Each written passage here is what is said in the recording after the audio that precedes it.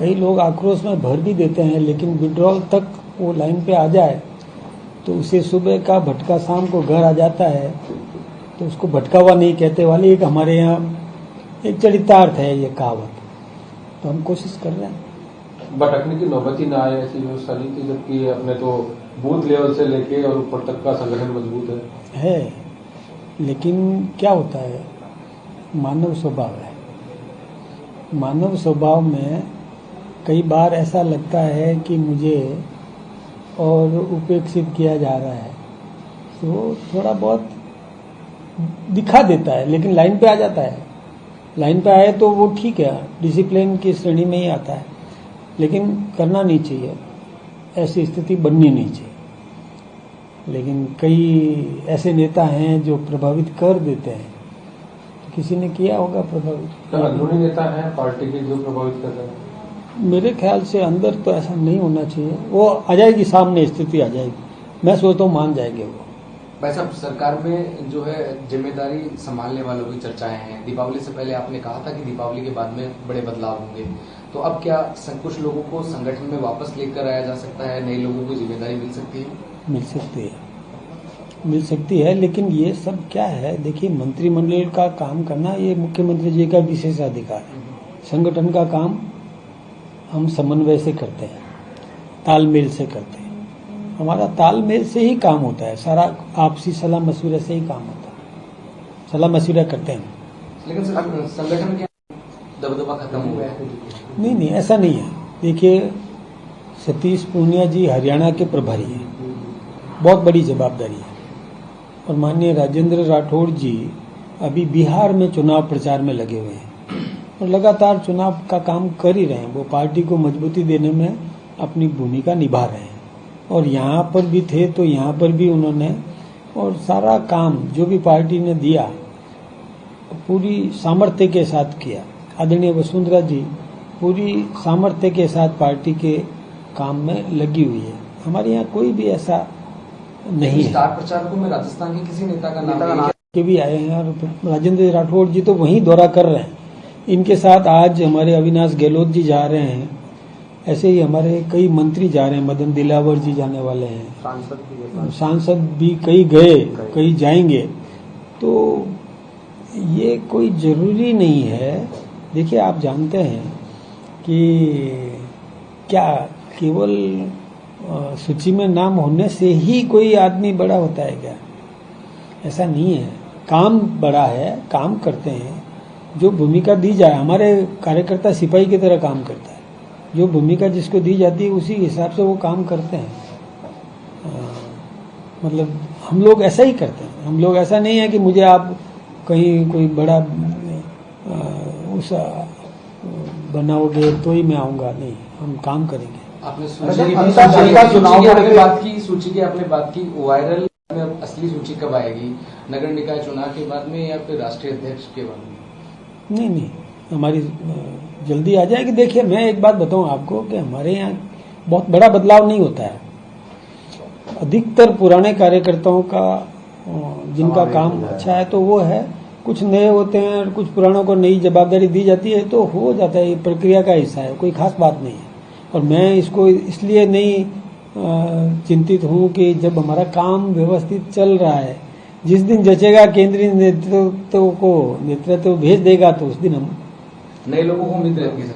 हाँ, अच्छा है ना, नए लोग भी आएंगे, कुछ पुराने भी जुड़ेंगे, कुछ पुरानों को नया काम भी मिलेगा, ये होता ही है। गहलोत जी ने आरोप लगाया था कि अंतर चुनाव में बीजेपी की जो उम्मीदवार हैं उनकी नामांकन के अंदर में कोई भी बड़ा नेता नहीं आया, इससे ये मान लिया जाए कि इस उम्मीदवार को अकेला छोड़ दिया गया है। हाँ, देखिए, हमारे एक रणनीति होती है चुनाव की। सबसे बड़ी बात यह है कि बड़ी सभाएं भी होगी, कार्यक्रम भी होंगे, सब जाएंगे भी, लेकिन ये समझ लो कि सामान्य कार्यकर्ता कैसे चुनाव लड़ता है। हमारा सामान्य कार्यकर्ता चुनाव लड़ रहा है, जमीन से जुड़ा हुआ व्यक्ति चुनाव लड़ रहा है, आम आदमी के बीच में बैठने वाला व्यक्ति चुनाव लड़ रहा है, और उसके साथ में बिना कोई प्रयास के और हजारों के संख्या में लोग एकत्रित आ जाएं, उसके समर्थन मतलब उसकी नामांकन उस सभा नहीं थी, लेकिन आ गए लोग, ये उत्साह है। और हमने तो उम्मीदवार घोषित करते ही एक बार तो हमने माइलेज ले लिया, क्योंकि सामने कलंकित है, कई आरोप हैं उन पर, कई मुकदमे दर्जनों हैं, और हमारे निष्कलंक व्यक्ति है, सामान्य है, जमीन से जुड़ा हुआ है। अशोक गहलोत बिहार में प्रेस कॉन्फ्रेंस कर रहे हैं इस वक्त। पहले भी मामूली अंतर से महागठबंधन हारा और अब की बार महागठबंधन जीतेगा। साथ में ये कह रहे हैं कि ये जो बदले की भावना से काम कर रही है सरकार, एनडीए सरकार जो कर रही है वो बदले की भावना से कर रही है, धन बल से चुनाव को प्रभावित कर रहे हैं, चुनाव आयोग को अपने कब्जे में ले रखा है। साथ में कहा कि चुनावी मॉडल है जिसकी बात कर रहे हैं, राजस्थान में उनकी दाल नहीं गली, नहीं तो इन्होंने भी कोई कसर नहीं छोड़ी थी यहाँ पर भी हॉर्स ट्रेडिंग की, तो ये अभी बोल रहे हैं वहां पर। अब एक बात मुझे बताओ कि अभी कांग्रेस में सिर फुटेबल कांग्रेस और जेडीयू में ये कौन सा आरजेडी में कितना चल रहा है, सिर फुटेबल चल रही है कि नहीं चल रही है? वो सीटों के बंटवारे को लेकर के, और वो एक लाइन पर आ ही नहीं पाए। और जहां तक गहलोत साहब का है तो वो तो हमारे लिए तो शुभ है, वो जहां जाते हैं वहां पर बीजेपी जीत रही है, इसलिए गहलोत साहब वहां गए हैं तो वो बीजेपी को जिताएंगे ही जिताएंगे, हमारे विशेष प्रेमी हैं वो।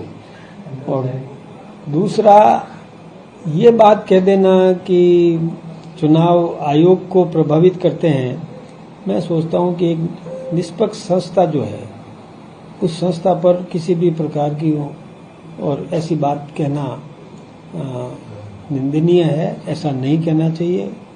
चुनाव आयोग अपने हिसाब से काम करता है, जब वो जीत रहे हैं तब तो वो चुनाव आयोग पर उंगली नहीं उठाते, कर्नाटक में जीते तो वो ये बात कर रहे हैं, और अब राजस्थान में हारे तो वो दूसरे तरीके से बात करते हैं, ये ठीक नहीं है। देखिए, स्पोर्ट्समैन स्पिरिट होनी चाहिए, जनादेश का सम्मान करना चाहिए, और जनादेश का सम्मान करते नहीं है, और कभी ईवीएम पर ठीकरा फोड़ते हैं, कभी चुनाव आयोग को कह देते हैं, कभी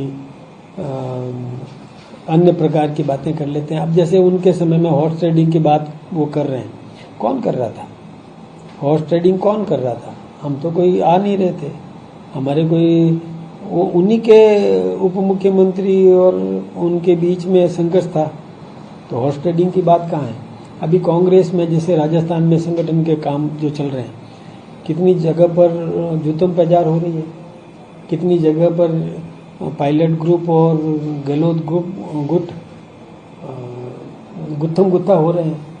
तो ये उनके यहाँ ऐसा होता है, तो वो क्या सोचते हैं कि ऐसा औरों के यहाँ भी होता होगा। हमारे यहाँ ऐसा नहीं है, हमारे यहाँ व्यवस्थित तरीके से काम होता है, व्यवस्थित तरीके से ही लोग चलते हैं। वैसे एक बिल्कुल छोटा सा ईआरसीपी को लेके सवाई माधोपुर के गांव वाले जो है बांध को लेके बहुत बड़ा जमीन अधिग्रहण को लेके प्रदर्शन अधिग्रहण के सरकार, और क्योंकि आम जनता वहाँ सामने खड़ी हुई, तो ईआरसीपी का जो मेन सपना है वो कैसे? देखिए, ईआरसीपी में जो जमीन अधिग्रहण की बात है तो उनको संतुष्ट किया जाएगा। किसी की जमीन लेते हैं तो उसको मुआवजा देना, उनको संतुष्ट करना, उनको रोजगार देना, ये एक व्यवस्था का हिस्सा है, वो करेंगे ही।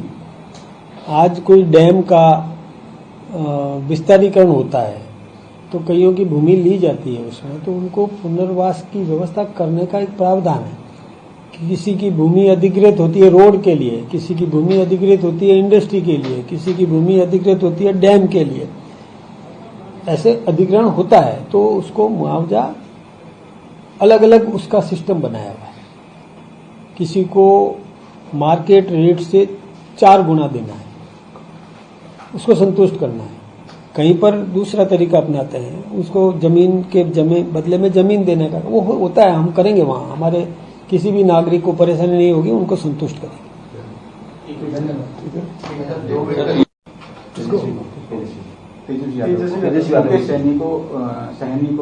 मुकेश सहनी अशोक गहलोत जी कह रहे हैं कि एनडीए का फेस कौन है? एनडीए का फेस सामने दिख रहा है ना, क्या फेस पूछ रहे हैं? वो इतने समय से काम कर रहा है, फेस सामने दिख रहा है, फिर भी स्पेस पूछ रहे हैं वो। भाई जो सामने दिख रहा है, अब उसके बारे में क्या पूछ रहे हो? ये झगड़ा उनमें है, हमारे यहाँ तो स्पष्ट है, दिखता है सामने। उसमें चर्चा ये है कि नीतीश कुमार अगर कम सीट लेके आते जेडीयू तो क्या बीजेपी तभी भी उन्हें मुख्यमंत्री बनाएगी? बनाया है ना, पहले भी बनाया है, महाराष्ट्र में नहीं बनाया था, हमने बनाया ना। हम अपने हिसाब से देखिए, सामंजस्य से काम होता है, समन्वय से काम होता है, आपसी तालमेल से बातचीत होती है। ऐसा थोड़ी है, कई जगह पर किया है।